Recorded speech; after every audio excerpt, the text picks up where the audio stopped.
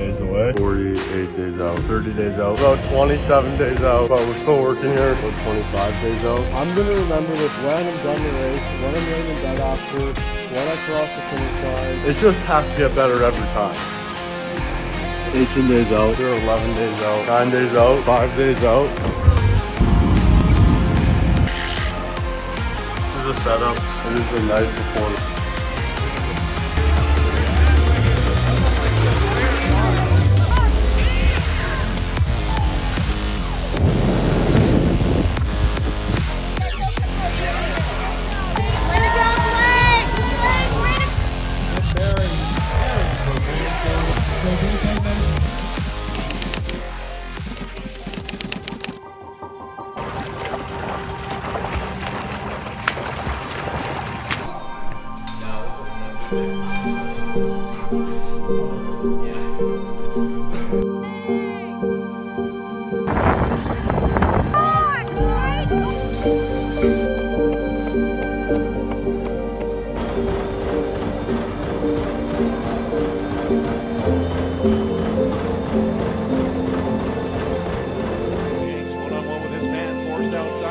Shot scores!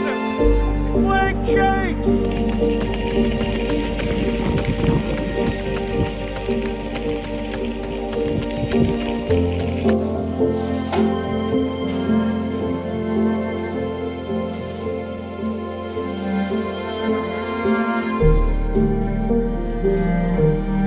Oh, this I can do.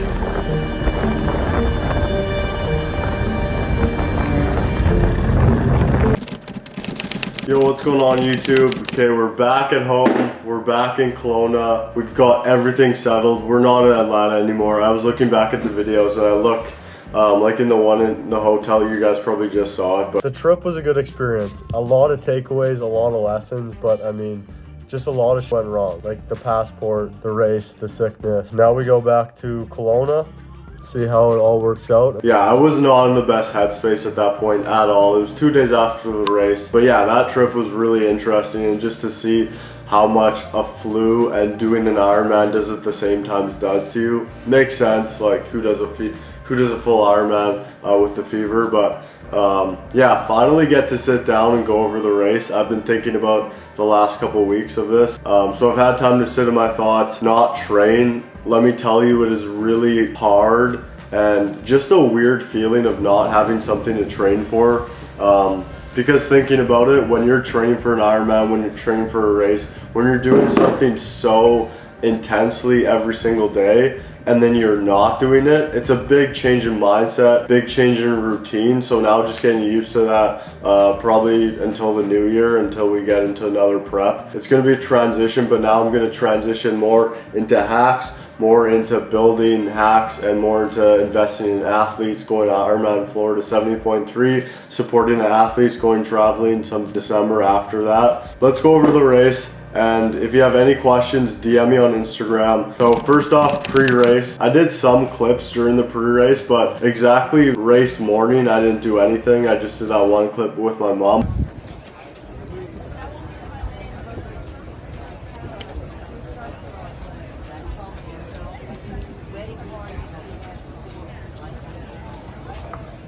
"30 minutes away.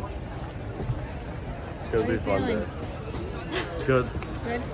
Yeah, a bit nasally, but it's gonna be a fun day. How's it been so far? I guess the athletes village and everything. Good. Really good. He's in this circle. But I did not want to talk. I was just in a bad mood. I was in a bad mood for sure. Like I just didn't want to do, I honestly, for a couple seconds, for a couple minutes, I was debating not doing the race because I was just in a bad mood. I was for sure in a bad mood. I don't know what it was. Maybe it was because I had a fever. I was not feeling the best. But at that point, it was like, no, you're doing the race. You came all this way. Don't let this headspace get in to you. You've worked all this time for this day, for this race. So you're not going to let this take hold of this. You're not going to let this moment of negative energy take over 4 months of work for this day. Even though I felt like crap going into it, but hey, you don't always feel good every day, but you just have to keep moving forward and keep putting a foot in front of a foot in front of a foot. Yeah, okay, get into the swim. How was I feeling before the swim? I just wanted to get in the water and start swimming. I was kind of nervous about the salt water for sure, because I mean, I swam in it about 3 times before, but I didn't swim the whole race course. So about an hour plus in the salt water, I didn't know how that'd do to I didn't know how that'd feel for my body, for my lips, because in swims before, like when I went with Jake and Hunter and some of the other guys, my lips were chafing just from about a 20-minute swim in the salt water. There was crazy big jellyfish in this swim, like the size of a basketball. I'm not kidding. Like, you're swimming, you're about what, a kilometer out off the shore, and there's jellyfish this big, about like 3-4 feet down. First lap was all right. I was going for the goal of an hour swim time, but I got out the water at 36 minutes, splashed myself with water. This is my last lap. I'm not gonna touch a swim again for another race for a couple months, obviously, so I just tried to have that mindset of it, and it was very chaotic. So when I finished my first lap, the last people are just going out. So I'm like behind them trying to pass them, and I'm sure a lot of people had that issue as well. But when you're swimming behind lower people than you, you're gonna catch up to them, and there's gonna be a lot of people here. When you're faster than them, you have to kind of swerve around the people, but that was okay. Got through it in 36 minutes again, so my total time was an hour 12. Thought I was gonna do a lot faster, to be honest. My times in the pool was a lot faster than the hour 12 swim. Just kind of disappointed with the 1:12, but not too big of a deal. I was like, I still can get my goal of 9:45. Then I hopped off the swim into the bike, but in that transition, I never feel really good from swim to bike. Like, I always feel drastically out of it when I'm running out the water. If you ever see me, or if you see any videos of me, when I'm running out of the water, I look in shambles. I look like that was the hardest thing I've ever done. And I think it's so impressive for people, like when I see pros get out of the water, they just sprint to their bikes. I was feeling really good about the bike. I never prepped this hard for bikes for any other race before. Just with the training plan I was on. Shout out to Coach Luke Way. He was coaching me through this Ironman prep. And just like, I'm a coach, I need a coach as well. I need someone to coach me. Yeah, I wanted him to coach me for that, and then I did my weightlifting on the side. But yeah, getting back to the bike, it was a flat course. It was about 500 meters of elevation, so it wasn't a ton of elevation, especially for me with the hills in Kelowna and doing rides of 1,500 plus meters for some rides on the weekends. I wasn't worried about the hills at all, but yeah, my goals was around to push 200 watts the whole time. I did that. I hit the goal 5 hours and 15 minutes. I hit a really dark spot at the halfway mark, so the 2 hour 30 mark to the 3 hour 30 mark, so like halfway in that, I had to stop at the aid station, like in the middle, fill my bottles, and then I lost the group I was riding with, so I was just alone for about an hour to 2 hours, which was really tough, like mentally. But in that moment, you just have to think, you're gonna be down the bike, you're gonna be on the run, you just have to grind through it, just keep pushing, keep pushing, keep pushing, and still hydrate, and still have your nutrition and your fueling right. On my watch, for the bike especially, I put a timer of 20 minutes on my watch, so every 20 minutes I see that alarm, I drink some G1M, and then my gels. Yeah, the bike was good. I felt really good on the bike. It was just tough, that halfway mark, but then jumping into the run, feeling very good. Like, no matter what happened, if you watch my Instagram stories, if you know what happened, I was feeling extremely well on the run for the first 20 kilometers. I was hitting my goal of 5 to 5:15 minute per kilometer, which would put me around a 3:30 marathon pace, which was my pace that I was going for. Feeling good. Like, I wasn't feeling heavy, I was just feeling seamless. I was feeling light, which I was surprised about, because I thought I'd feel a bit heavy off the start, but my heart rate was still around like 140 to 145 when I was doing the 5 to 5:15 minute per kilometers. So the run was up 10K or 11K, 11K, something around that for a full marathon. But after the first turn, so about the halfway mark, I just had to go to the washroom. Like, I had to use the porta potty. I just knew something was gonna come out of me. So I run in there, do my business or whatever. And then when I came out of it, I just felt like I had no energy. Yeah, that's where it pretty much crashed in the race, at the halfway mark. And then after that, I had about 20K to go.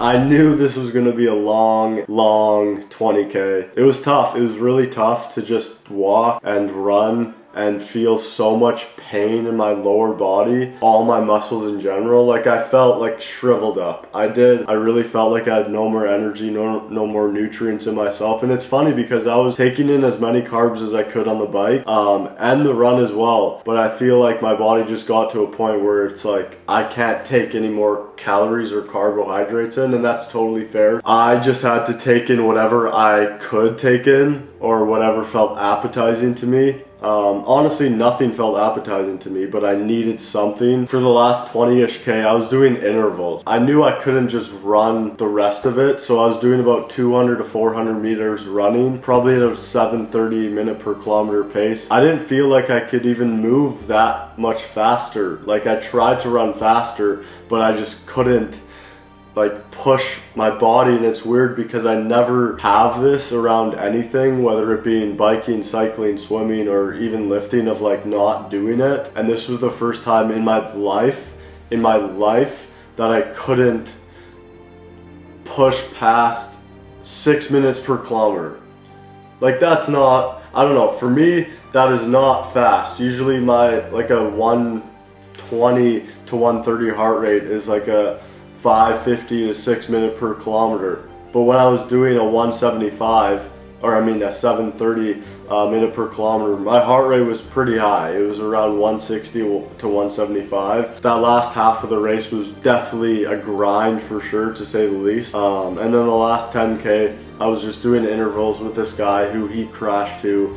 He couldn't take any calories in. Did my race go as planned? No, it didn't go as planned. Did I finish it? Yes. Did I get a PR? Yes, even though it didn't feel like a PR because I didn't feel good. In my first race, I did Ironman Canada, Penticton, last year, so this was a year after I did Ironman Florida. I did 11 hours and 22 minutes, and this one was 11 hours 21 minutes. The first Ironman I did, I was doing very long bricks, and I feel like for myself, even before Ironman Florida 70.3, where I did a 4 hours 40, that was my biggest benefit to that training block. Because I did run a PR half marathon, a 134 off a 90 kilometer bike. So moving forward, this is what I'm gonna take from it. Funny, because all the athletes that I do train, I do give those big blocks. So I'm gonna stay with that. I'm gonna stay in my belief of that on the Saturdays, because that's what all the hacks people do. We do a long brick on Saturday, which is funny because we're doing Zwift rides every Saturday now. So it's really nice